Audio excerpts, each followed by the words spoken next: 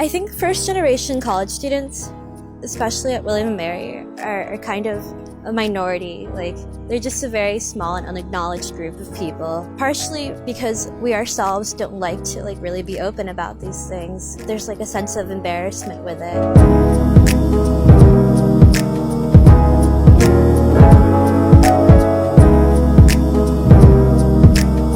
I think they definitely talk about first generation college students in orientation, and when we had kind of that diversity series where you stand up if you identify with a certain thing, they would say oh, if you're a first generation college student, stand up. And I remember doing that during orientation and actually only seeing 10 or 15 people stand up in the room. This isn't as common of an experience as I think it is, especially at a school like William & Mary, where the median income level is really high, which usually correlates to educational levels. A lot of people kind of already come from backgrounds where their parents went to school and had experiences in college. And so I think that during orientation there should be an entire thing just for first generation students, not simply oh, who's first generation, let's clap for them. That doesn't do much for me. I didn't know if I was going to college. For first generation college students, I think it's much more of a question of, will I be able to go to school? Will I be able to afford the applications? That's kind of compounded by the fact that we don't really know how to navigate the FAFSA system, the student loan and student aid system as well, because our parents didn't do that, because they didn't kind of go through these formal channels of education. That's a really big barrier, because every year you have to update your FAFSA. It's kind of up to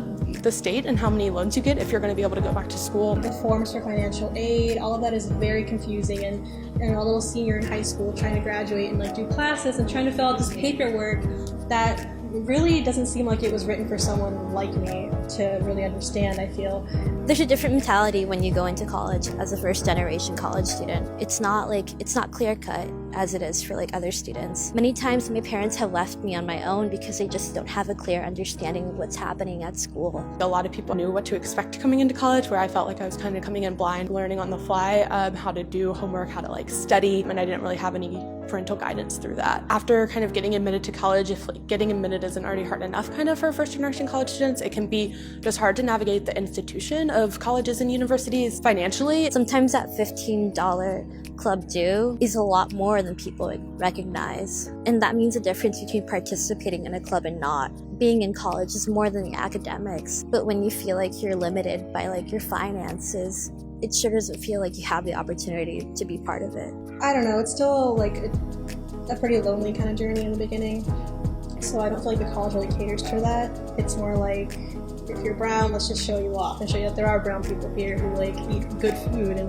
dance. It's not really here's how we can help you, and here's how your process might be different than everybody else's. So you're already in school, you have this opportunity, but at the same time you're still competing with people who can afford to do unpaid internships for the whole summer in DC. When just the very thought of looking at rent at an apartment in DC makes me have a heart attack. And those things are valued on resumes, and when you're applying for jobs, it's kind of oh, who has this really in-depth intern experience, who had this in the field work. And if you're not getting paid for those things, there's no way you're going to convince a low-income person that they should spend their summer doing all of this work for free. I wish they told me to seek out a mentor as soon as I got to college, because that would be the biggest help of all, I think. There's someone who can just guide me and who's been through the same experiences that I have, so they could really just tell me what to do, who to go to for help with resumes, and just help in general for research, just someone to tell me these are the things that you should be doing while you're in college to make the most out of the experience.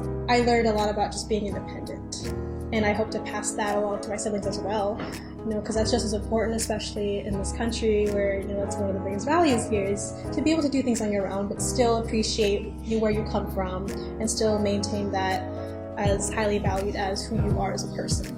I think finding professors and staff members that you connect with, and being real with them. The best kind of help I've gotten from professors has come when I've leveled with them and said, I can't afford to do an unpaid internship. I can't afford to kind of move to this cool city and do this cool program. I need to find other options that work for my life and my means. And those people are usually very willing to help you, right? Because you formed connections with them. I also think the Office for Community Engagement is a really great place to look as well, because they kind of have accessible opportunities for people and help people pay for things. I think you just have to kind of find where your allies are and reach out to them and not be kind of ashamed of your status, because I think sometimes, especially at a school like William & Mary, it can be hard to be a low-income student here, especially when everybody's oh, let's go to the cheese shop and eat an $8 sandwich every day. I'm a first-generation college student. student, and I pretty much have to do everything on my own. And it's not necessarily that I'm complaining about it, it just is the reality of things.